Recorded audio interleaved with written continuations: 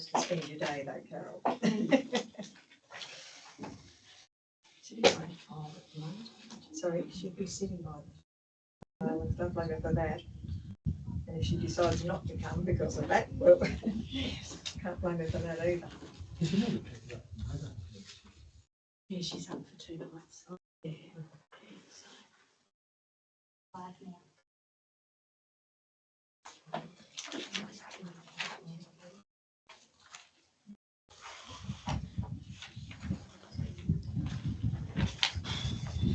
Thank you. Good afternoon.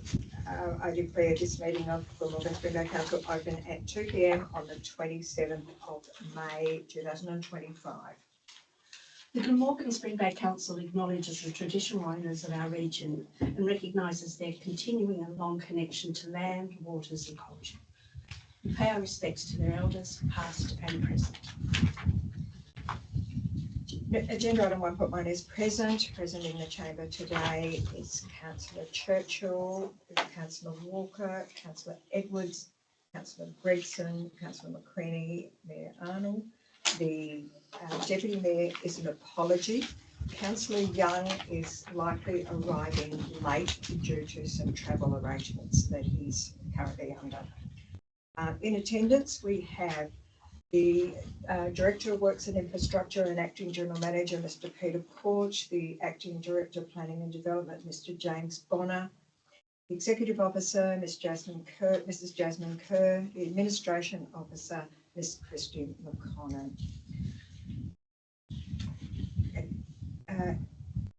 Agenda item 1.4 is late reports. General Manager, we don't have any late reports? There are no late reports. Thank you. Declaration of interest or conflict.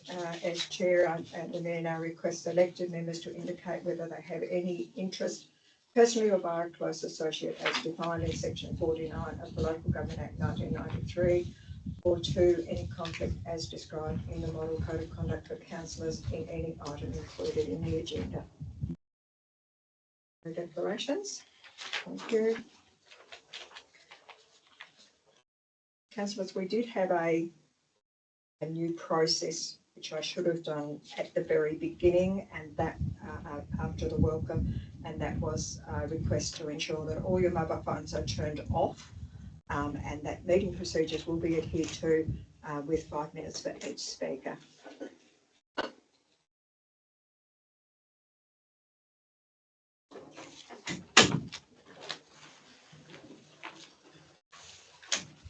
Thank you, Councillor Young. We have just started the meeting. We're at agenda item 2.1. Thank you very much. My apologies for being late. No, we've already sorted through that, Councillor Young. Thank you very much. So agenda item 2.1 is the ordinary meeting of council. There is a recommendation on page 6. Councillor Walker. Yes, I'll move that the minutes of the ordinary meeting of council held on Tuesday 29th April 2025 at 2 p.m. be confirmed as a true and correct record. Is there a seconder?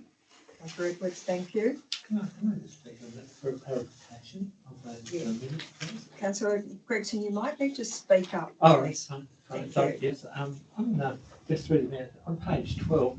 I'd just like to clarify, it's not a question, it's a clarification. 3.1, just the last sentence, it is noted that it is the building surveyor's responsibility. Is the building surveyor paid by the developer? I'm not sure that's a question as part of the minutes. It might be something we need to speak to. We can deal with that. Deal with that. Can we deal with that? Yeah, I think James doesn't answer the question. If we could deal with that, and it's probably a question that you could have put to staff prior to the meeting, Councillor. Yeah, I just, yeah, fine. Okay. Nothing further. I'll put the motion. All those in favour? Those against? It's carried unanimously. Thank you. Agenda item 2.2 is the date and purpose of workshops held. There is a recommendation on page 7. Councillor Edwards, thank you. I move that the council notes the information. Thank you. Is there a seconder? Councillor Gregson, thank you. I'll put the motion. All those in favour? Those against? Carried unanimously. Thank you. Agenda item 3 is public question time. There are some responses from previous questions at the council meeting on the 29th of April at agenda item 3.1. Agenda item 3.2 is questions on notice. There are new questions on notice. General Manager, I understand we have some questions at 3.3 that you will deal with. That's correct, Madam Mayor. So through you, we have questions on without notice from a group of people: Amanda Brooks, Robin Moore, Alan Morgan, David Tucker and Jane Wing. There are a couple of sections of those. We note within our public question time rules around asking questions that there are limited to 2 questions per person. There are a number of questions here and there are 5 people, so up to 10 questions there we might take as a part of that. A couple of other ones of the rules that we have around those is that questions must only relate to the activities of council. Some of these questions relate to the formation and function of a particular committee, which is an activity of the Landscape Recovery Foundation, and might be answered in the response here, and around public statements. Some of this is effectively public statements. So I'll go to the questions. There are 8 questions to begin with. 7 of these questions I consider for the Landscape Recovery Committee and not for council as such. One of those questions we can answer, it is a question for council regarding the membership of the committee and a reduction in those members and the way that that's been carried out. There's a question: is this a move to diminish NRM within GSBC? I can answer the question: no, it is not an effort to diminish the activities of NRM within council. There are 4 other questions which are for council, and these will take on notice, but I'll just ask those questions now for the record, and these will be taken on notice and a response provided in the next meeting. First question: how will the decision to dismiss long-time volunteers benefit the ratepayers and community? Second question: while 2 councillors observe ECCC meetings, we have seen no reports in council meeting minutes since the initial memorandum of understanding was signed in 2022, and are concerned that little has been achieved since the GSBC NRM strategy was completed in 2023. How many reports has GSBC received about LRF activities? Question 3: given the manner in which LRF has managed community representatives, does GSBC have confidence that the development of the new MOU, albeit with a revised ECCC, will lead to more productive and collaborative outcomes? What mechanisms does GSBC envisage to achieve this? And question 4: how does GSBC intend to act to support the aggrieved volunteers? Thank you. Thank you.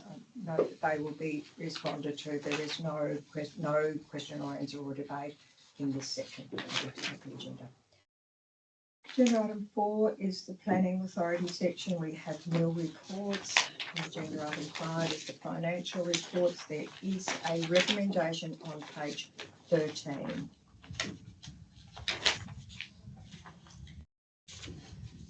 Councillor Churchill, thank you. I move the council receives and notes the financial reports as attached to this report for the period ending April 2025. Is there a seconder? Councillor Gregson, thank you. Councillor Churchill, do you have any questions? Yes, I do have one question that the acting general manager may be able to help you with. It comes out of the profit and loss statement, and it refers to that flow through $566,000 that council's been holding from the, I think it's from the Black Summer bushfire grants. Now that 566, as I understand it, is flow through. We're effectively holding it until it's passed on to Telstra. I guess that's my first question. I think that's correct, isn't it? Through you, Madam. Yes, that's correct. Yes. Well, my concern is that it actually, it's a real bother in reading the statements, because it, in fact, it's like a loan to the P&L, and it's been there for a long time, I know, but I thought we'd be rid of it before now. And if you take it to the extreme and you look at the bottom line, the net profit, if you actually take that out of the net profit, for example, you're then showing a $200,000 loss instead of a $300,000 profit. So it actually gives the wrong perception of what's actually going on here, even though it's listed in the notes to the statement. I just wish there was a way of getting rid of that money. I mean, there's not a downside in practical terms because we are making interest on that money, as I understand it. So I guess the longer we hold it, the more money we make from it. But it's just a bit confusing for people if they're reading that statement and not understanding what that's about. Right, General Manager, yes. well, certainly it is, and this, the forward payment of grants, the late payment of grants, the way that grants are not all treated equally in terms of the grant funding providers means that for our finance staff, there are always challenges in being able to present the information, present it in a way that's meaningful, because you have considerable sums from time to time, which we can either have been paid forward, or alternately not be paid yet because the claims aren't due. So you can certainly see from I think it's item note 7, we've got numerous things backwards and forwards. The same with note 5. There are numerous things backwards and forwards there, which don't necessarily net out to zero. So yes, certainly challenges for the finance staff to be able to present that in a way that can be read easily by the public to understand the situation. So we need to look after and keep looking at the cash flow for accurate figures. Thank you. Councillor Walker? Thank you. On page 5 of the attachments, which is the capital works detail, the SKID program, right down the bottom under stormwater and drainage. What is this SQID? Through you, Madam Mayor, Stormwater Quality Intervention Device. Sounds like a filter. There you go. I'm glad I asked. For the benefit of others, Madam Mayor, what that means is they're basically a gross pollutant trap. So they pick up, so in your stormwater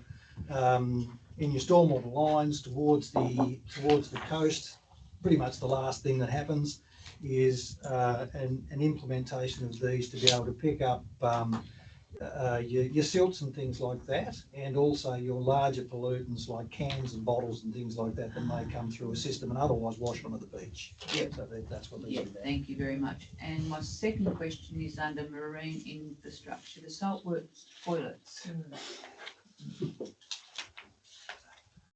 Where are we up with those? Through you, Madam Mayor, we're at have to say a disappointing state with that.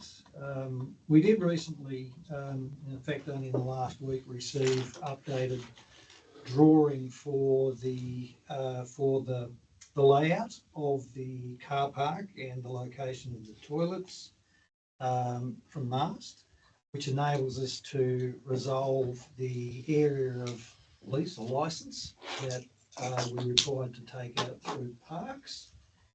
However, I guess as a result of the staffing issues, one of the things that we've neglected to do is to apply for an extension of the local roads and community infrastructure funding of $100,000 for those toilets. So it's been a long time. They're drawing that project to a close anyway. I don't know that we would have got an extension to continue out to be able to continue to carry that money forward, because it's been something like 5 years. The funding was already approved for council before I started with council.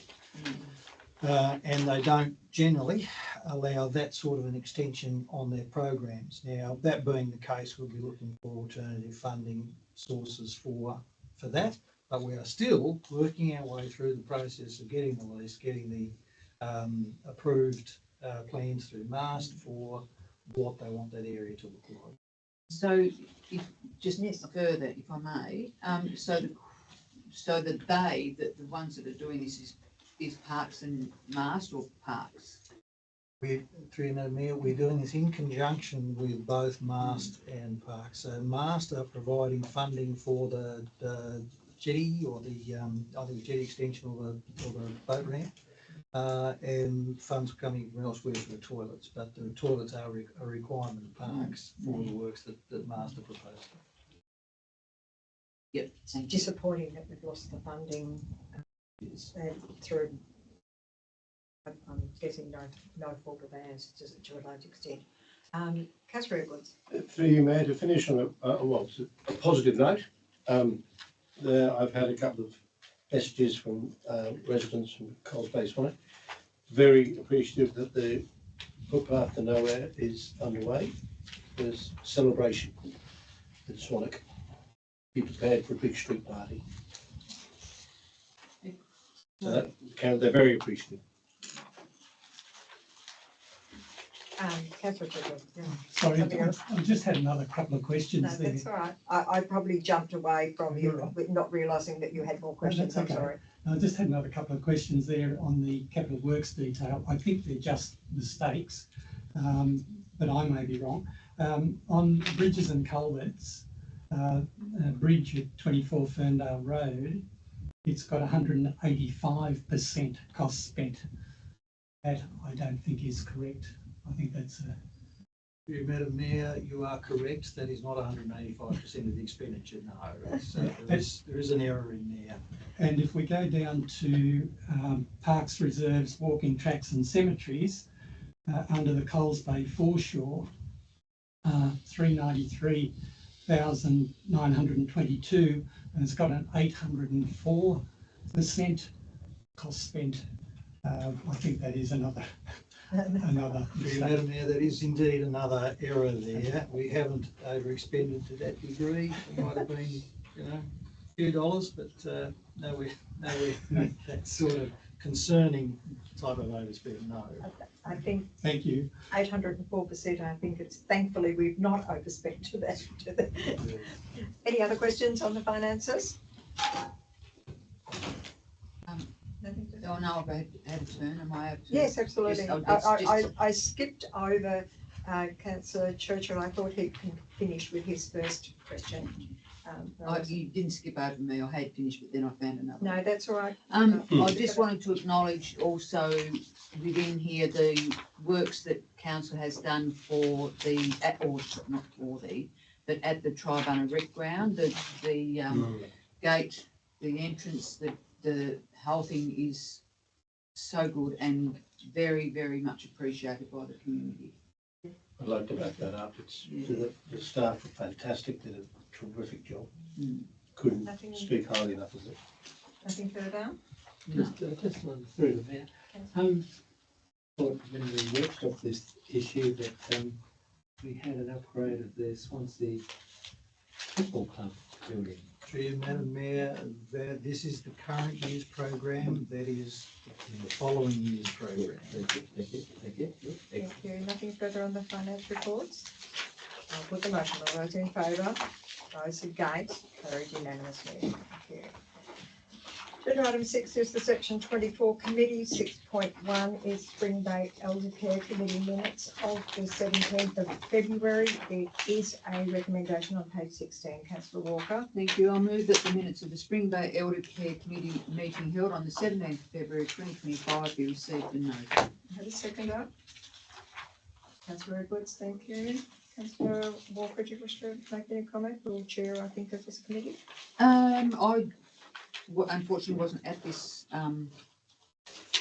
meeting, but I can see that one of the things that we're talking about is the meeting place, a gazebo, barbecue area, or something like that to make it a little bit more pleasant for the occupants to entertain family and friends. So that's one of the big ticket items that we're talking about. Thank you. Any questions in relation to the other minutes? Nothing further. I'll put the motion. All those in favour? Those against? Carried unanimously. Agenda item 6.2 is the Tribunna Community Hall minutes of the 15th of April 2025. There is a recommendation on page 21. Councillor Young, Madam Mayor, I move that the minutes of the Tribunna Community Hall Committee meeting held on 15 April be received and noted. thank you. Is there a seconder? Councillor McQueenie, thank you. Councillor Young, I believe you're on this committee. Do you wish to add anything? The committee is newly comprised of a number of members, and there's been a bit of confusion about altering of meeting dates, but it seems to be working quite well. There is an interest in upgrading the kitchen, and there is some equipment there, but building regulations and heritage requirements have to be met for that to be done. There was a meeting today before this council meeting, but because prior medical need to be done in Hobart, I was unable to attend, but the committee here seems to be working quite well. We probably need one extra member. Otherwise, I think the hall's working well.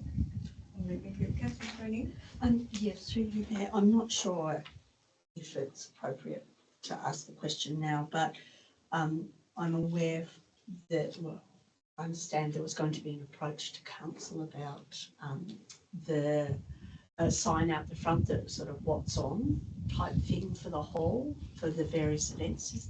Just wondering if that was part of any discussion at this meeting. Councillor Young? It's not on the minutes that are before council at the moment.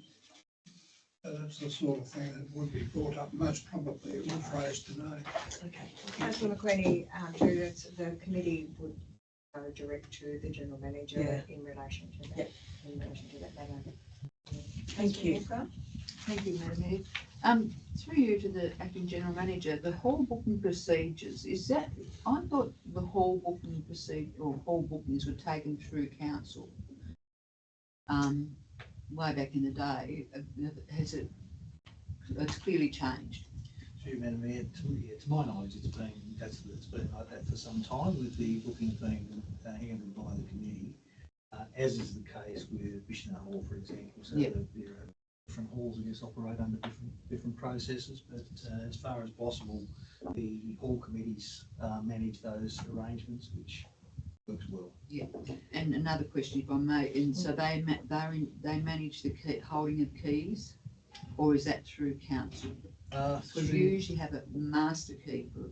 Through Madam Mayor, we do have a master key system, and in conjunction with hall committees, we endeavour to keep that master key system up to date. There are fluxes and flows, of course, with membership and things like that, which means that from time to time we do need to just have a tidy up of that arrangement. But yes, we do have an extensive master key system for this. Madam Mayor, if I could add something to the question of keys, because of recent times have been two most unfortunate deaths of members of the Tribunna Hall Committee, and the information was kept on one of the deceased private computer. It took some time to bring everything up to date, and the committee is preparing a schedule of those persons that have a key to the hall, and as I understand it, the committee has a schedule and the council has a record of persons to whom keys have been issued, because there have been some questions of people going into the hall without having bookings and using the hall for purposes that have caught the hall committee and possibly the council a bit by surprise. So just with me, so that was my question with regard to hall keys. That was raised at a workshop, and Councillor Young's just answered that question. So that's been tidied up now. I didn't hear the question. The hall keys. Yes, I'm a bit. The hall keys. So the inventory has been tidied up now, or will be. It's in the process of being, as best as we can determine, the Hall Committee records of key ownership are correct, but we're not sure who has extra keys. In order for people to use the hall unexpectedly, they have to get inside the hall, and usually the hall door is locked, and there's been no evidence of break and enter, but I don't think it's absolutely perfect at the minute. So thank you, Councillor Young. Councillor Edwards, did you have a question? Yeah, I think it's a very good report, very easy to read and precise, and I'm just aghast that they're going to throw their glasses out to get one with a line on it. Seriously, what world are we living in? Whoever complained about having too much wine? Not me. General Manager. I'm trying to give it up. Councillor Young, can I please remind you that we are in a formal meeting? Thank you.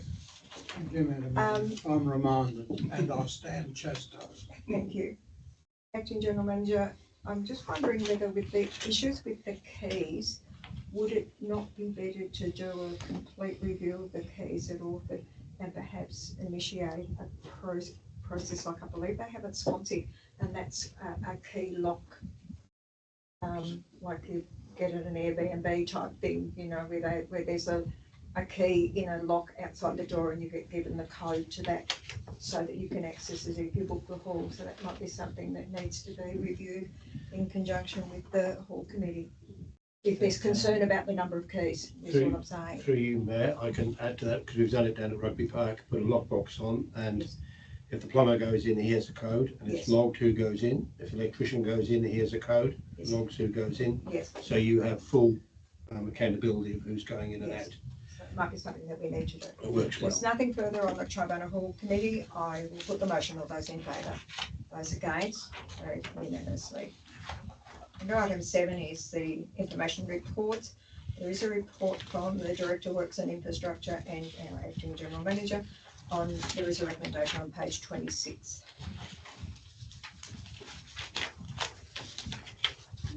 Madam Mayor, I move that council notes the information. Thank you. Seconded, Councillor Edwards. Questions or comments on the report? Councillor Edwards, thank you. Just one quick one.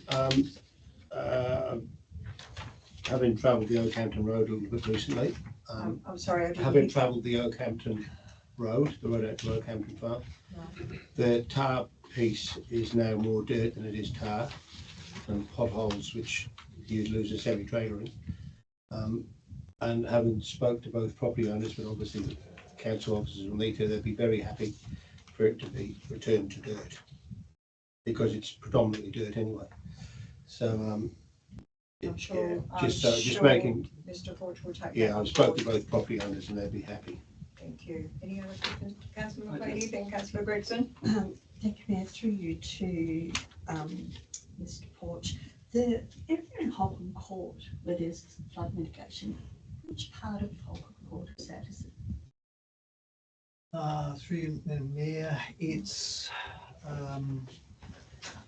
probably numbers wouldn't help necessarily, but if you turn into Holcombe Court from Alma Road and continue to the bottom, before you turn at the bottom of the court, it's about the location of the new culverts we put in. So we're in there's a golf club. Yeah.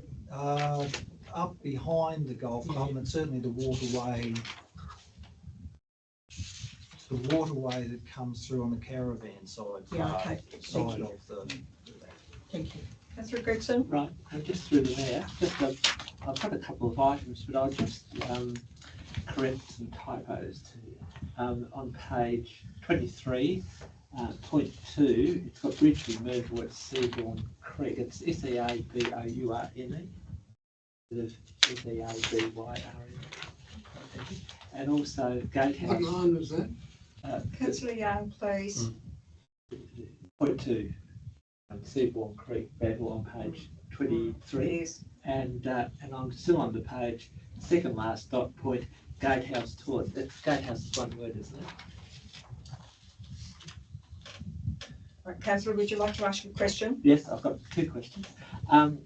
on page 25, you've got first dot point pipe and pit and pipe replacement. It's got number 2, 5 by side entry pits upgrades in Morrison Street, Banksy Street, Bicheno, planned for June 2025. Is that to ameliorate the flooding in that area at all, please? Through Madam Mayor, many of these pit and pipe projects are associated with improvement of stormwater flow. So, and particularly where we've got side entry pits. If you've ever seen, you know, the inside of a side entry pit, we have some very antiquated pits with very poor capacity, and it impacts the stormwater flow into the drains themselves. So a number of these smaller works do have an impact on the larger flooding that we get, and can prevent a level of flooding in the lower rainfall. Point number 2 was Taswater infiltration project, Esplanade responsive, scope materials ordered, scheduled for May 2025. Could you describe infiltration? What does that actually mean, Taswater infiltration? Certainly, through you, Madam Mayor. That is where connections have been, in the past, at some stage, have been made into sewer systems for stormwater. So it is stormwater infiltration into the Taswater network for sewer. Right, and that causes a problem, doesn't it? Yeah. If you Madam Mayor, yes, it creates a larger volume of water to be handled by the pump stations and sewer systems, which is unnecessary. So it's additional cost in a sense to process water and to pump water.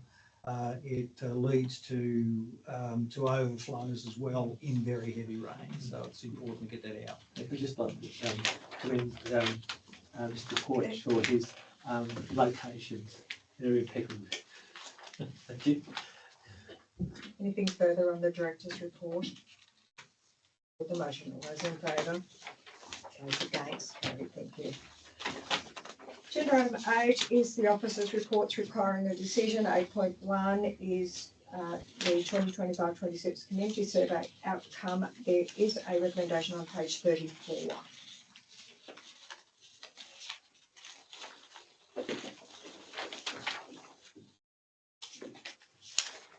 Councillor Walker, thank you.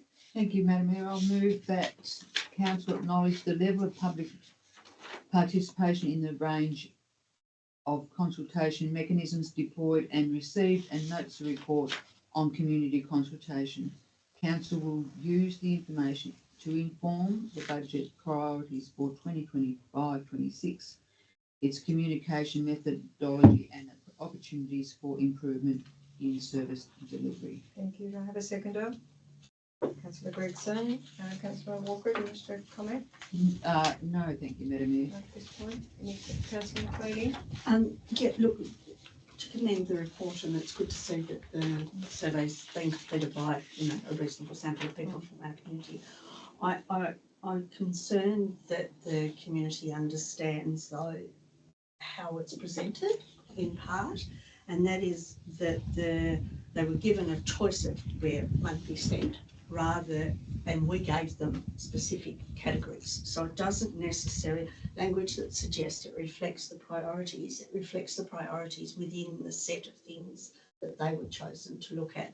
Because when you look at the best, the freehand inputs, some of them jump above what were the selected options that they actually used. So it's good to see some transparency around all those comments, which have to be as important too in the planning, not just what we set as what we thought might be. And I would also say, because of the work that's been done on those bits that talk about the best things and the challenges, it might inform a review of whether we think that 10 is actually the best, because community is speaking quite loudly in quite detailed comments. But thank you. Yeah. Councillor Edwards? Yeah, just a quick comment. Maintenance and cleaning of public places is top of the priority list. And my comment I wrote on here was just wait till it rains and then it'll be drainage and sewer, because it's been dry and it hasn't rained. Second thing, the signage. has dropped out of the list. I can't understand why, having spoke to a number of the tourist operators, speaking to one this morning at length, who said people come in to Tribunna and say, where's the marina? It says ferry, it doesn't say marina. We desperately need a huge picture of the best attribute of the town on the side of the highway, so people come in and have a look. It just seems ludicrous we don't have one. And signs to direct people to the beach in Orford. The number of people, if you happen to be down there, you go, oh, there's a beach and a park down there, you know. Stick some signs up saying beaches. Pretty simple and not very expensive. The marina one would be dearer because it'd be a big sign. But I think it's the tourist operator I was talking to this morning from Tribunna said people come in and they drive up the street, turn around and drive down the street. They don't know that it's there. We need better signage. Thank you. Any other questions, Councillor Gregson? Sorry, sorry. one quick one. Yeah, it was very pleasing to see that there's an overall 5% increase in satisfaction of the work of this fantastic group sitting in the room. Councillor Gregson. I refer to page 33, best things about the GSBC. And as I look down, we've got councillors who listen one. I think that would be a reference to me. Is that correct? No, I think I did mention to you earlier, Councillor, that self-praise is not really a recommendation. Anything further? Nothing further? General Manager, would you like to make any comment around this? I mean, I think from my perspective, it seemed to be very successful. I mean, I think we can take on board Councillor McQueenie's comments around maybe reviewing what the questions we actually asked next time.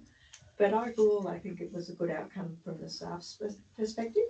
Through you, Madam Mayor. Yes, look, it is a pretty good outcome for a range of different reasons. The amount of input from the community is the highlight, really, that we do need that input. We do have a couple of questions in there that allow people to make comment about those things that are important to them. And to be able to communicate that to us. So for officers' point of view now, it's a matter of listening to that, using that information to inform the way we go about our business and where we put the priorities. So yes, it's certainly pleasing to see that there is that progressive turnaround in the overall community satisfaction, the reduction in dissatisfaction. Also good, but of course there's always plenty of opportunity for improvement, and we note that. Thank you. On that note, Councillor Yeah, my apologies now. One thing I just meant to draw attention to, which this report's reminded me, when you look at the best things about Glamorgan and Spring Bay, probably about 90% of it relates to environment. Yes. And so in terms of the planning, it would be good to see a contribution that relates directly to that, not just spend issues. On that. Nothing further. I'll put the motion. All those in favour? Those against? Carried unanimously. Agenda item 8.2 is the fees and charges for 2025-26. There is a recommendation on page 37. Councillor Walker. Thank you, Madam Mayor. I move that council receive and adopt the fees and charges register in attachment 1 to this report for the 2025-26 financial year. Do I have a seconder? Seconder, please. Councillor Churchill, thank you. Councillor Walker, any comments? I do have a comment with regards to page 35. As a council, it says in here, in reviewing fees and charges, the impact of any increase on the community has been considered. I just wanted to reiterate that to the community members. This is a business and we have to be mindful of, running it financially well. And I think overall, after a few tumultuous years, we've settled down with regards to not overcharging, but putting the fees up extramentally, and we're trying to keep it in line with and below CPI. So, those first couple of hard years that we've had, I think we're starting to settle down now, and we do have to be mindful that with anything that we have, we do has a cost to it, and we have to be able to pay for it. And so I just wanted to say to the community, we always do consider community first and foremost, and do our best to keep things at a reasonable increase. Councillor Young. Madam Mayor, I'd like to say that generally I adopt what Councillor Walker has said, but this council suffers from local government price increases which happen to be substantially above the general community consumer price increase. And it's mainly because we deal a lot with materials and other things that have rocketed up in price. And I think that the fees are, although unpleasant to have to pay, they've been held down very well, and I would commend the adoption of this motion. Questions or comments on the fees and charges? Nothing further, I'll put the motion. All those in favour? Those against? Thank you. Carried unanimously. Thank you. 8.3 is the review of the financial hardship assistance model policy. Councillor Young. I move that council adopts the financial hardship assistance model policy in accord with the attached to the report item 27 May 2025. Thank you. Seconder. Councillor Gregson. Councillor Young, do you wish to comment? I don't wish to make a comment. Thank you. Any comments in relation to the policy? We did have a discussion about it earlier. Councillor McQueenie. Just a really quick question in terms of our website isn't always that easy sometimes to navigate and I'm just wondering if this is in a really obvious spot when people actually go on, or financial assistance or hardship, all of those, are they search words? Through you, Madam Mayor, there are, I would think they would, well, I can't say for certain, I would think that they would be search words. We've certainly got that search function on it. Yep. Our website is not particularly new and does suffer from some level of difficulty and memory capacity, but I believe it should be a searchable one. Certainly it's there within policies, so it's not the most difficult thing to find on the website, but I acknowledge that not everything is easy to find. So maybe if there can be, we make sure it is hardship, because that's a word across lots of organisations that can direct people to return that document on a search. It might be something that we could flag on our social media pages and just to draw the community's attention to the availability of it, this report. Thank you. Nothing further? Just through there. Sorry, Just Councillor as an Gregson. addendum to your statement there, could it be also included in the rates notice? In the what, sorry? In the rates notice when they're sent out.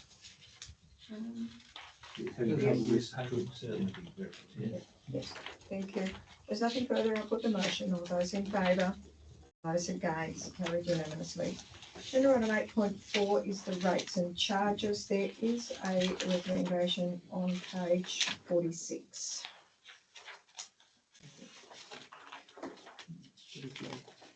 Is that right? 43, thank you.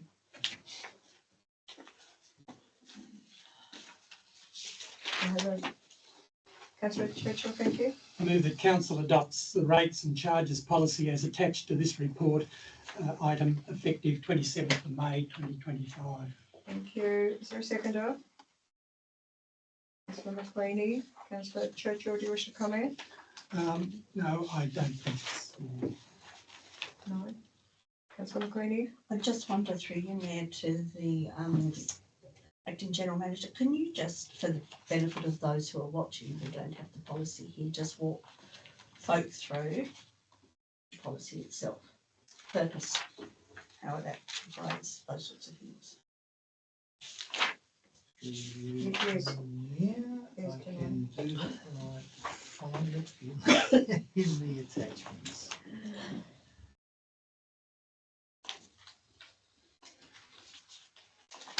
Page 46. Right.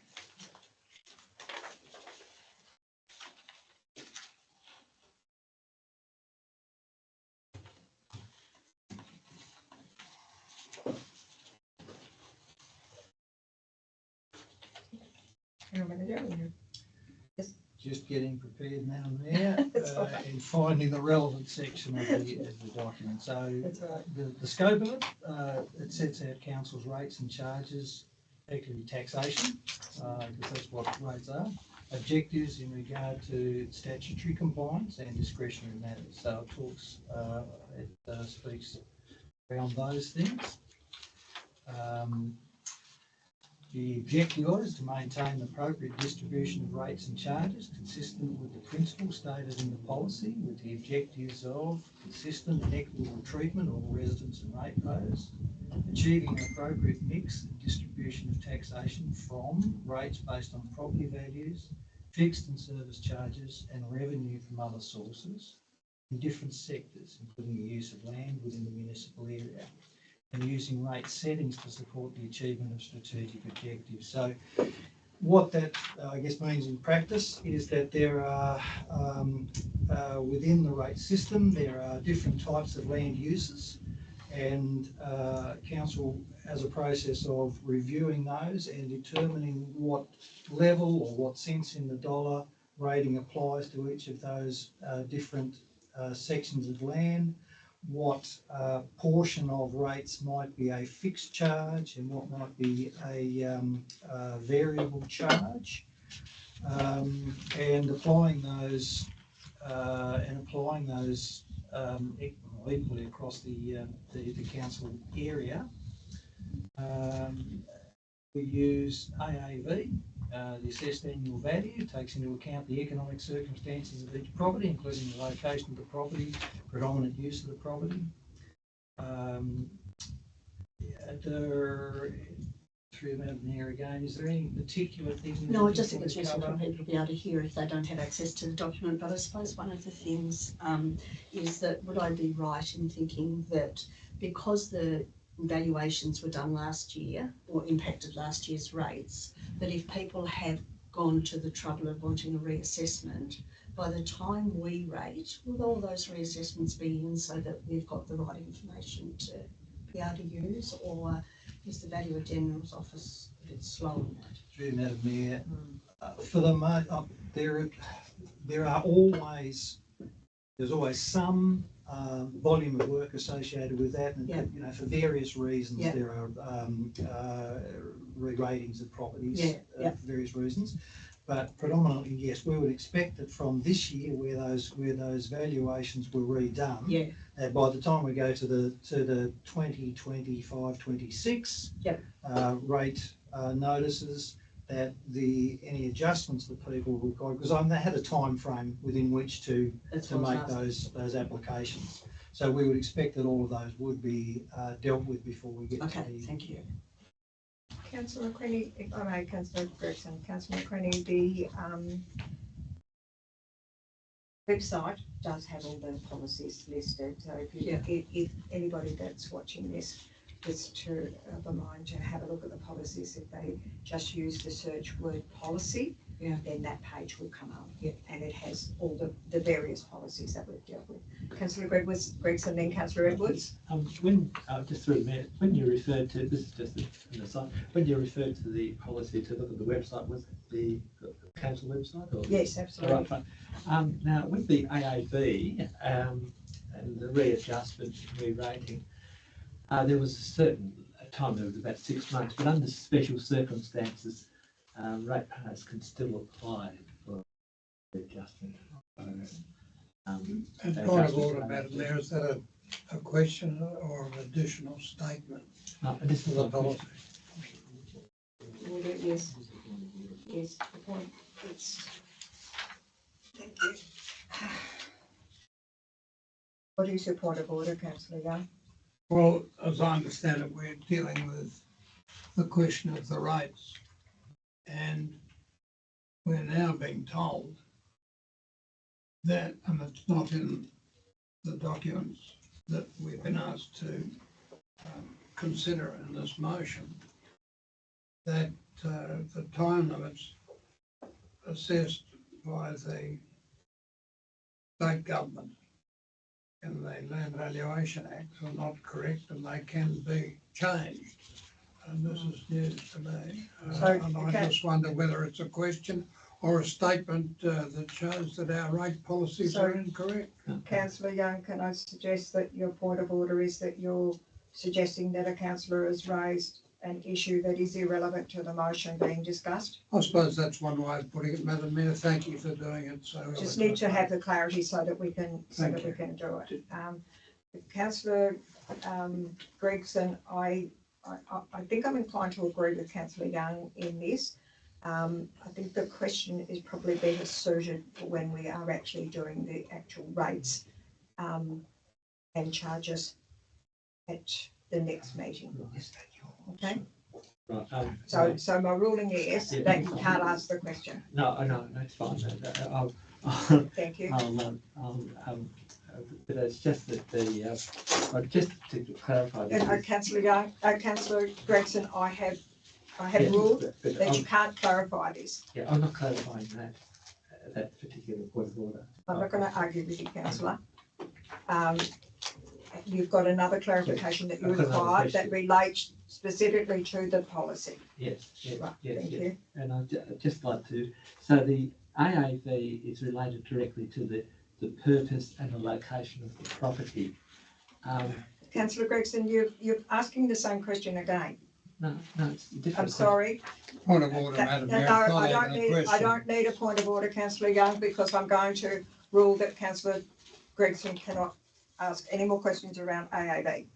Councillor Edwards. Through you, Mayor, I just find the charge adjustments where it says the medical charge has been removed is rather disingenuous. It hasn't been removed, it's been rebranded. Yes. And the people need to be aware that it's not removed. It's now in the fixed part of their rates. Thank you. We It's can make that known. smoke- We can make that smoke known in rules. communications. Hmm. Thank you. If there's nothing further on the rates and charges policy, I'll put the motion. All those in favour? Those against? Carried unanimously. Agenda item 8.5 is the public toilet strategy. There is a recommendation on page 46.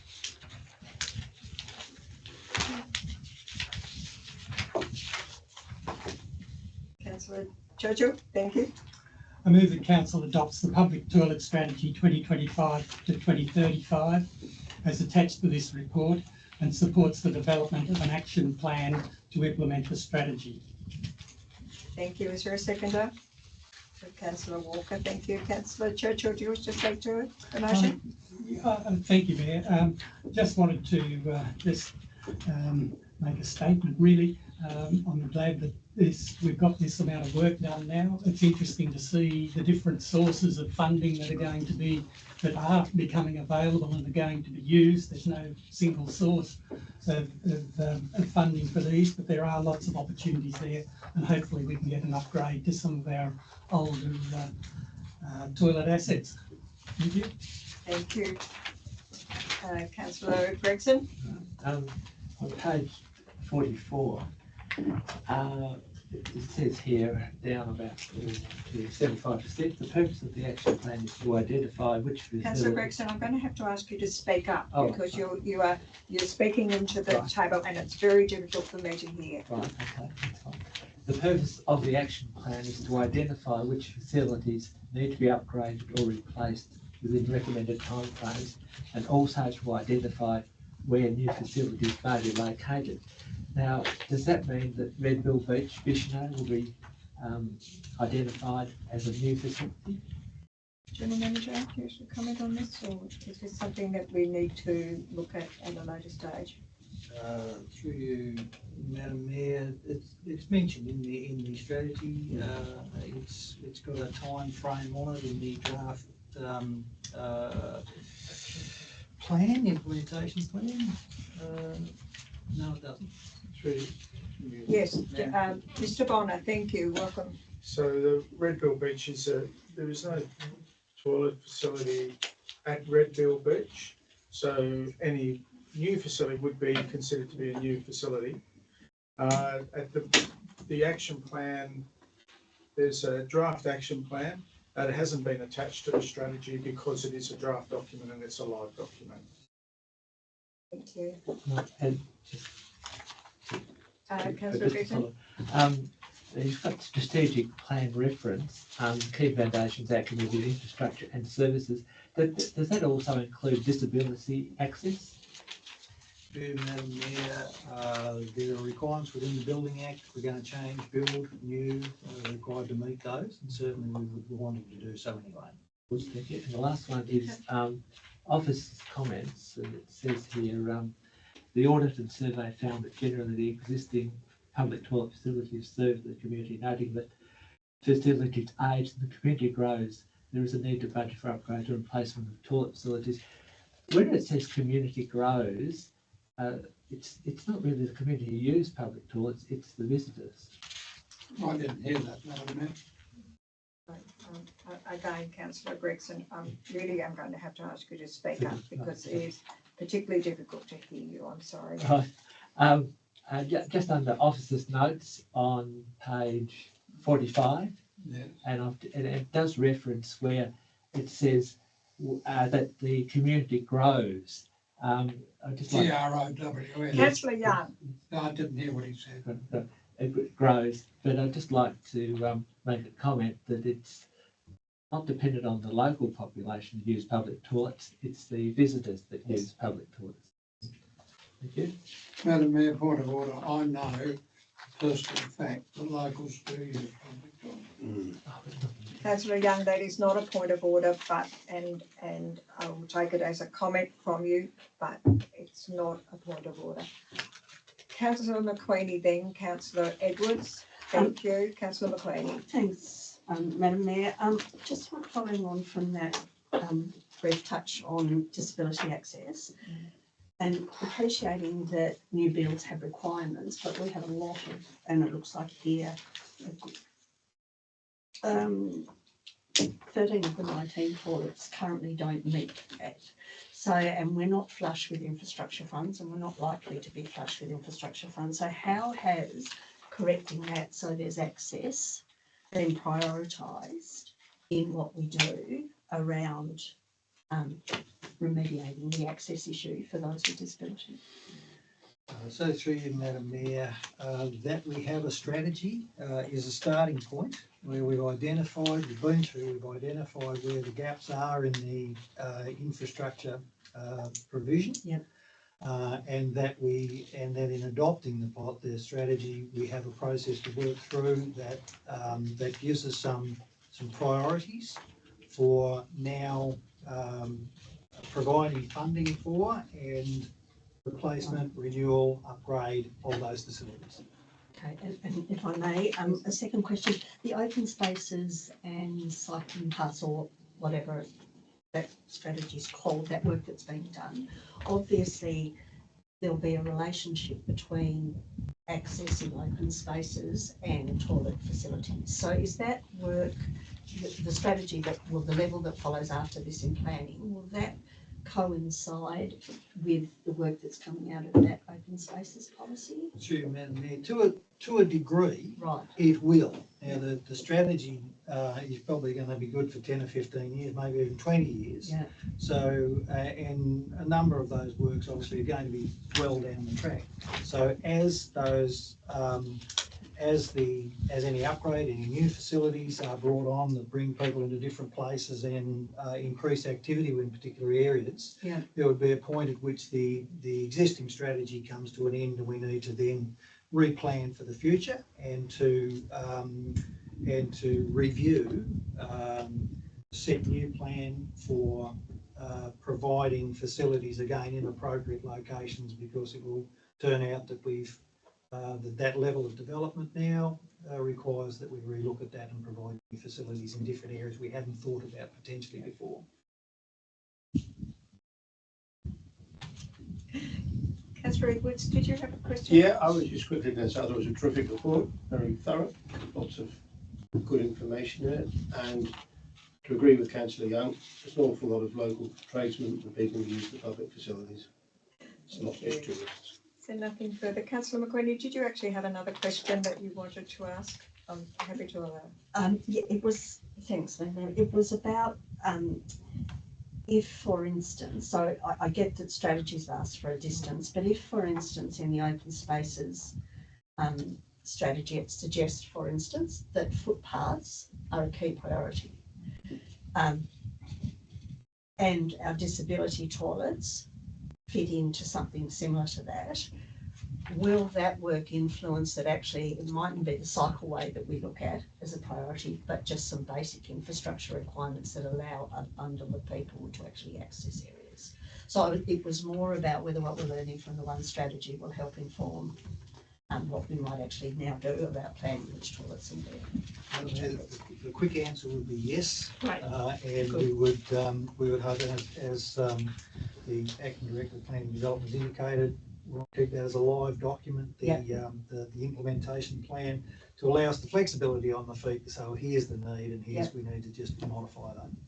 Thank you. If there's nothing further on the strategy, I will put the motion. All those in favour? Those against? The motion is carried unanimously. I'm just going to digress from the agenda for a couple of minutes and welcome some members of the gallery, members of the public to the gallery for this meeting, and in particular a special welcome to Councillor McQueenie's mother. Thank you. We'll move on. Agenda item 8.6 is Vision Beans, an event support grant application. The recommendation is on page 50.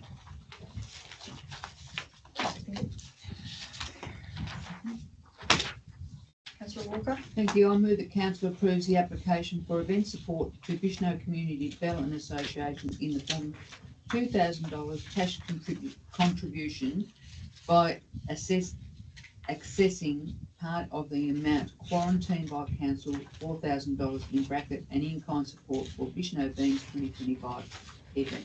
Thank you. Is there a seconder? Councillor Edwards. Councillor Walker, do you wish to speak to the motion? Only to say that this is a very, very popular event in Bishno, and any way that we can support community events, I think, is a good thing.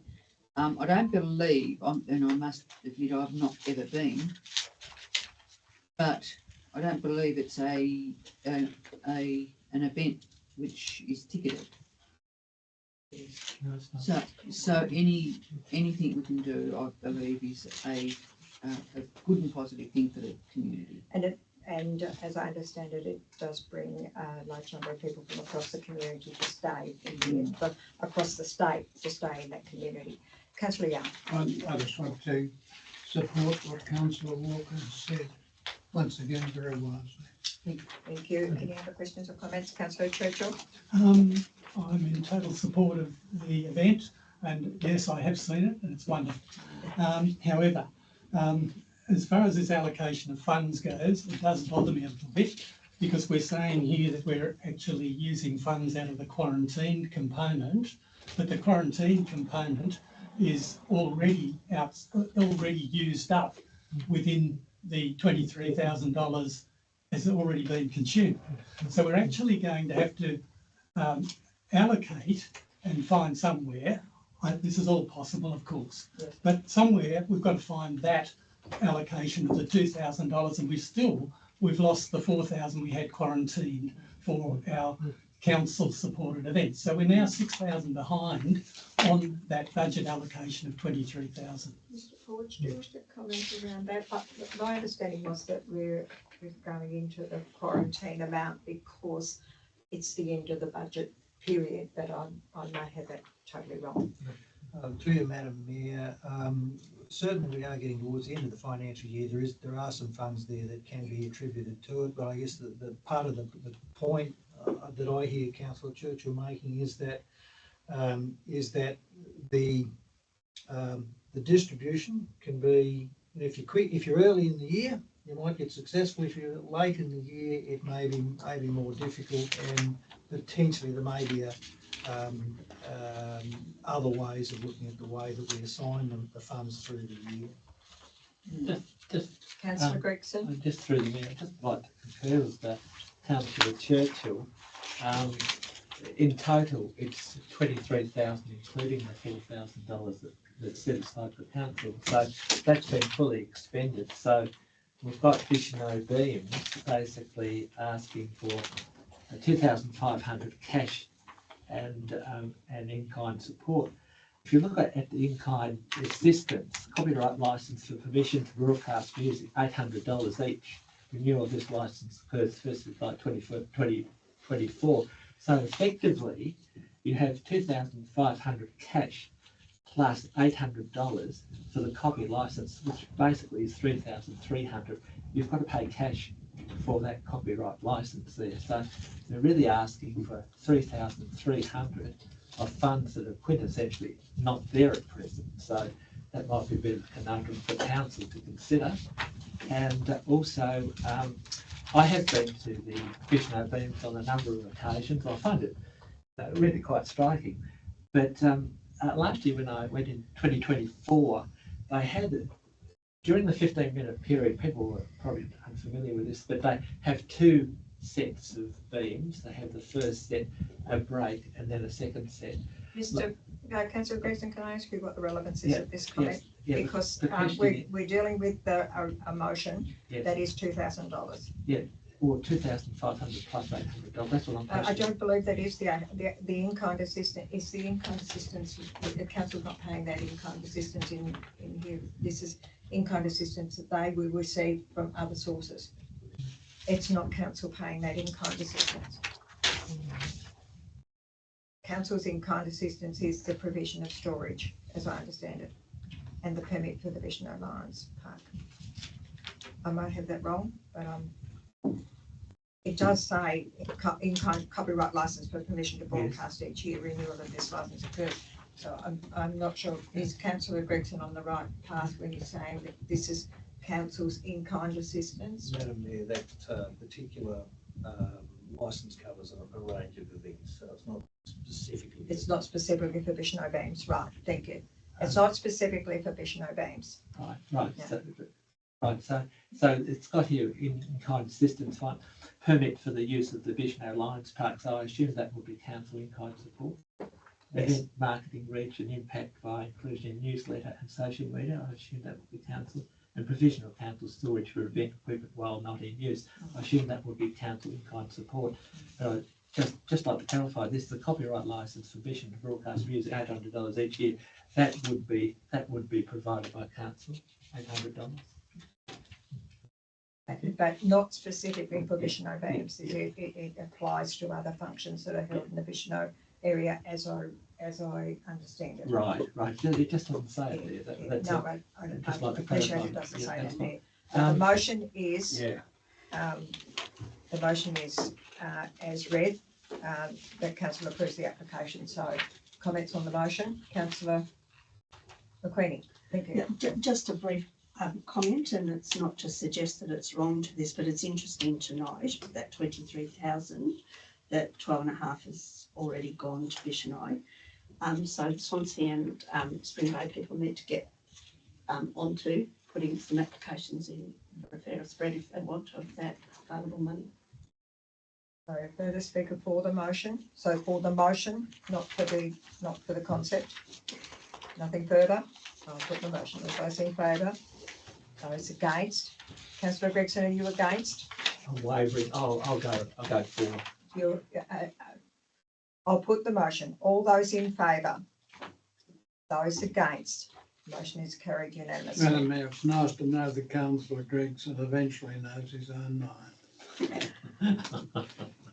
Agenda item 8.7 is Fraser Day Challenge 2025. Again, this is event support. There is a recommendation on page 56. Thank you.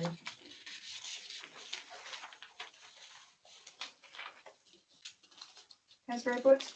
I move that the council approve the application from James Sepp Proprietary Limited for the Fraser Day Challenge event for event support towards the costs of 3 safety boats for the event, and in-kind support as resources permit. This support will be provided in the form of a $2,000 cash contribution by accessing part of the amount guaranteed by council, $4,000, and in-kind support for the Freycinet Challenge 2025 event. Councillor Edwards, do you wish to speak to, oh, Oh. seconder, please. Councillor Churchill, Councillor Edwards, do you wish to speak to the motion? Reserve closure. Councillor Churchill, you wish to speak to the motion? Just to say, the same thing applies here Yes. on the allocation of the funds, that's all, just to make the same point. I know we can find money for these things, but I think we need to make it, fix it in the budget, and the acting general manager has already alluded to that. Thank you. Councillor McQueenie, for or against? I don't understand. I've got a query. Okay. So through you, Mayor, this is a grant application for 2,000 for the Freycinet Challenge. Yes.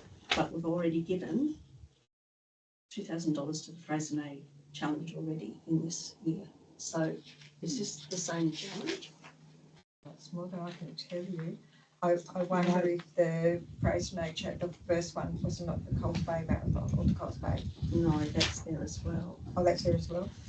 So through you, Madam Mayor, Yes. we'd have to just check into that. It's possible that they, again, given the timing of it, that they are an early application. We'd have to just check and see, but it's an annual event.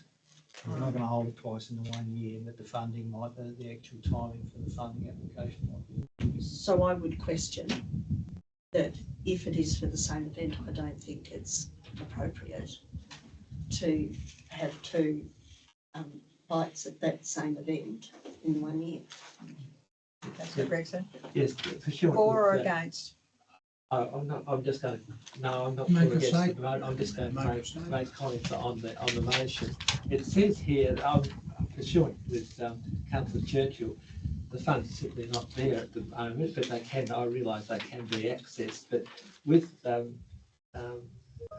councillor McQueenie's very pertinent question, this event is held in October 2025.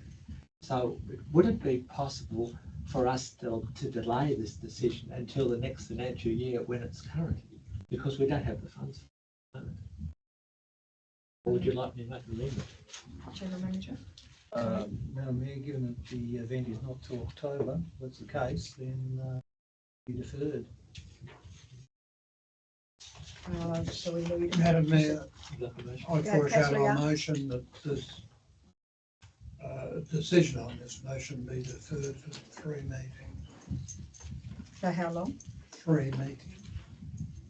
3 That'll meetings. be June, July, August. August might be too late for them in terms of their planning for it, so wondering whether we, so. I'm not sure how we I'll do the procedural. determine, I amend the motion to make it 2 meetings. July, to Yes, the July. July meeting. So this is a procedural motion, so, councillor Young, your motion is that the matter be deferred until the July ordinary meeting of council. Correct. Thank you. Do I have a seconder for the procedural motion? Councillor McCready, have you didn't mention, you haven't? No, I wouldn't second. no, okay, thank you. Just through the mayor, just to clarify, councillor Young is having a foreshadow motion. No, it's a procedural motion, that the matter be deferred.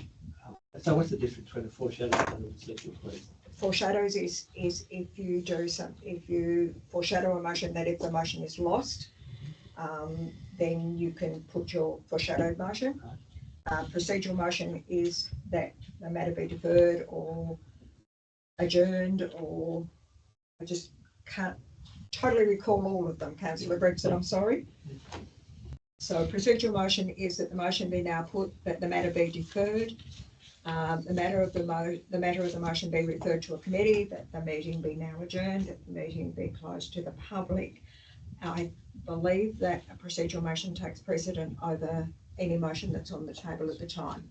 So I will need to put the procedural motion, if that the matter be deferred until the July meeting. Yeah, just I thought Councillor Young said Yeah. it was a shadow motion anyway, that's And fine. I think we need to make the point that it is being deferred from until our new budget Yep, process. yep, good. Okay. Yep, fine. So, all those in favour? Those against? Councillor Edwards is against. The procedural motion is carried. Thank you.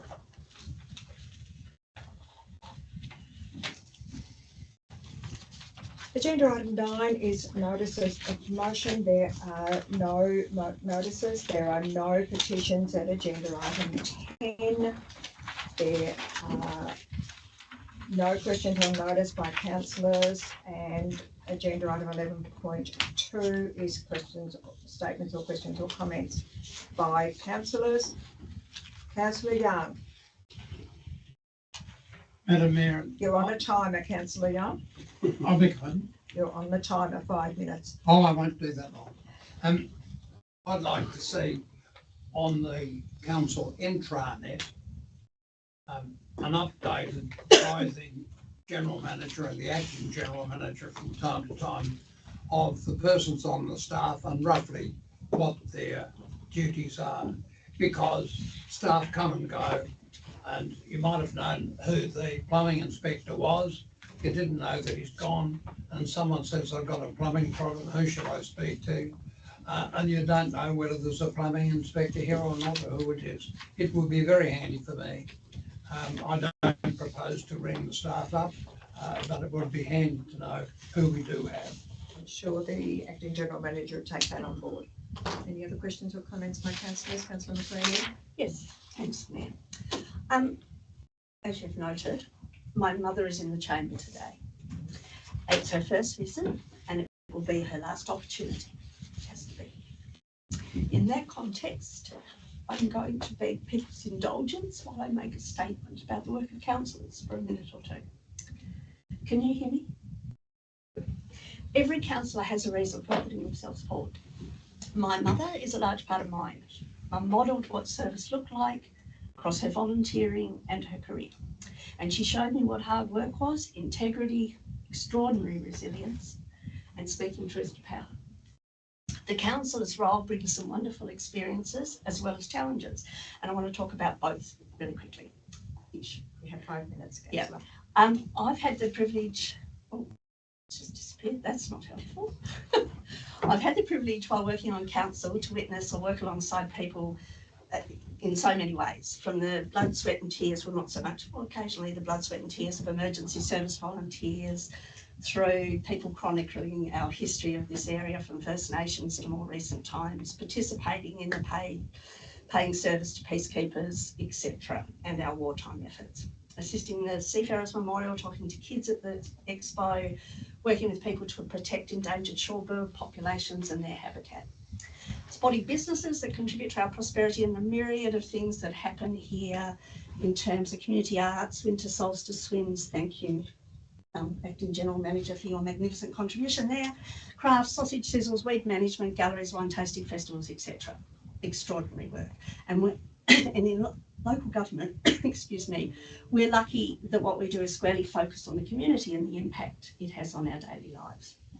I'm regularly asked if there are any differences between how council operates versus what happens at state and national levels. In other words, in Hobart and Canberra. One of the best things is that unlike state and the Commonwealth, people are voted, individuals are elected here. It's got nothing to do with political parties. There are other differences. In Hobart and Canberra, matters are discussed and debated and decided on the floor of Parliament. It's open to the public, either by being there in person, like we see today, or on record on Hansard. The state and national elected reps in Hobart and Canberra have different perspectives. They openly discuss them, debate, vote, cross the floor if necessary. Councils have open meeting too. We're here right now in an open meeting. It's televised, my mum's here, and you can look at it on YouTube after. But unlike those other levels of government, Hobart and Canberra, local government can consider matters in closed or confidential session. And the Local Government Act provides for some discretion in doing that. There's no doubt that closed sessions is appropriate for various issues, but in be it some contracts or personnel issues. But they aren't public, and nor are the minutes, and councillors aren't permitted to discuss or disclose the debate or information in those closed sessions. So decision making occurs in a way that's not accessible to the public. So those arrangements can present challenges for councillors, especially when the community wants an understanding of why certain decisions were made, particularly where a councillor is seen as a regular point of contact, for instance, me with health. So I want to finish with two quick things. One, I've been made aware by various people that there are people in our community and the broader public who are distressed by decisions that council made this year. While I'm not in a position to discuss those decisions because of the arrangements I outlined above, what I can do is offer my unreserved sincerest apologies for any distress caused by decisions made by this council this year while I've been a member of it. Related to that, it saddens me to say that this will be my last council meeting. While I won't necessarily close the door on seeking a return to local government in the future, I no longer feel comfortable being a part of this council's decision making, and I'll be resigning at end of June. So this will be my last formal meeting because I'm not available for the June one. And I would like to finish with a few quick thank yous. Firstly, to council staff, who are hard-working, professional, skilled and dedicated members of this community, and not always appreciated as that. It would be wrong of me not to also mention some key staff members who councillors regularly engage with, who've recently left council.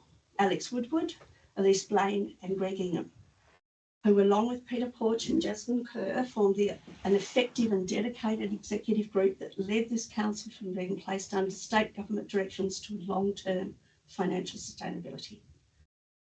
And a special mention, so I thank you all in this room, but for councillors Churchill and Gregson, thank you for your collegiality and support. This is an incredible region with amazing people, business environment. I thank the community for electing me and those who I've worked alongside for nearly 3 years. Again, to community, my apologies where it's needed, and thank you for giving me the opportunity to represent you. Thank you, Councillor. I'm lost for words. I'm very sorry to learn of your resignation or your forthcoming resignation. Thank you. Are there any other statements or things? Councillor Gregson. With reference to Councillor Gregson, I'm please going to have to ask you to speak up again. Two questions then. Just in reference to the unfortunate resignation of Councillor McQueenie, I'd just like to say a few things. Sorry, no, that's my timer going off, Councillor. Right. Oh, okay. Right. I'll It's start not, now. it's the Right. timer, the 5-minute timer. Right. Just up. I'm not. Right. I'd just like to say that Councillor McQueenie's been a very dear friend since I've been on council, and quintessentially, I admire and adore her for her council work. She basically, when I say admire, I mean encourage and commitment to local government, and I adore her for challenging me and trusting me and confiding in me. They're very important in council.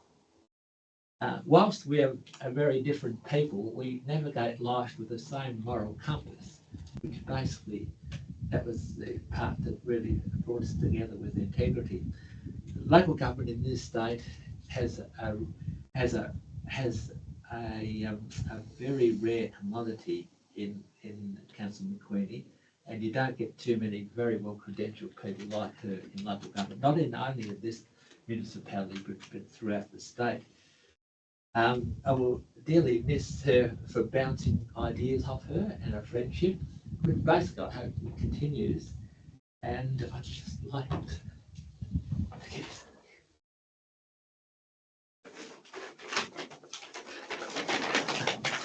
That's my fault. Here we go. I'd just like to say, this is a book by A.C. Grayling, Professor of Philosophy, on discrimination, and it's a new release from the Sydney Writers' Festival. So there we go.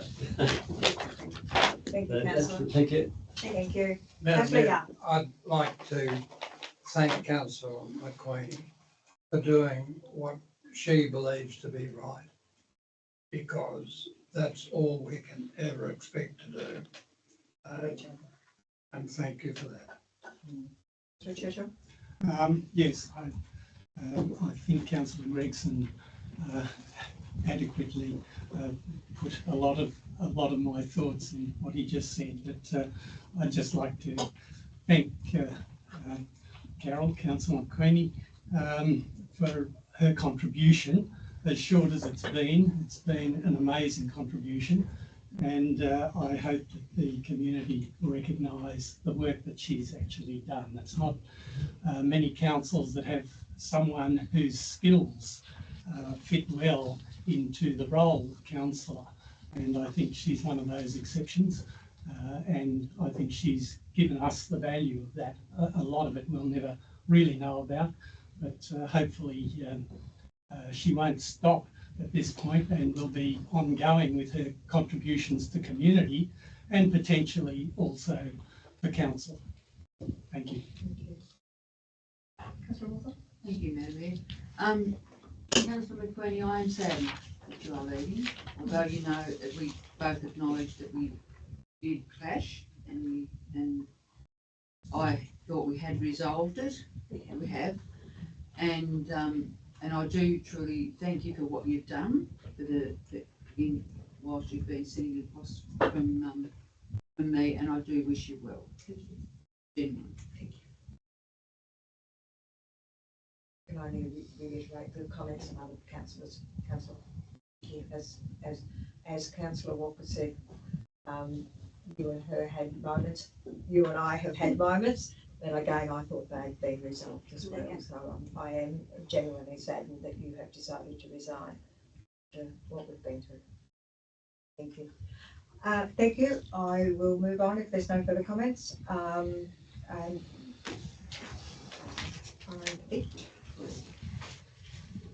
Agenda item 12 is the closed session of council. So in accordance with the requirements of the Local Government Meeting Procedures Regulation 2015, as Mayor, I now declare the meeting closed to the public in order to discuss the following matters. The minutes of the closed session of the ordinary council meeting of the 29th of April, a report on Grants Commission meetings, the Acting General Manager, Mr. Peter Porter's report, a remit interest accrued item, East Coast Tourism funding, the LGAT President nomination, and a personnel matter. At this point, I have a recommendation on page 60. Councillor Walker. Thank you. I move that council moves into closed session at 3:27 p.m. 3:27, thank you. Is there a seconder, please? Councillor Edwards. I'll put the motion. All those in favour? Those against? Motion is carried. Thank you. I will now check with Ms. McConnell as to whether we are off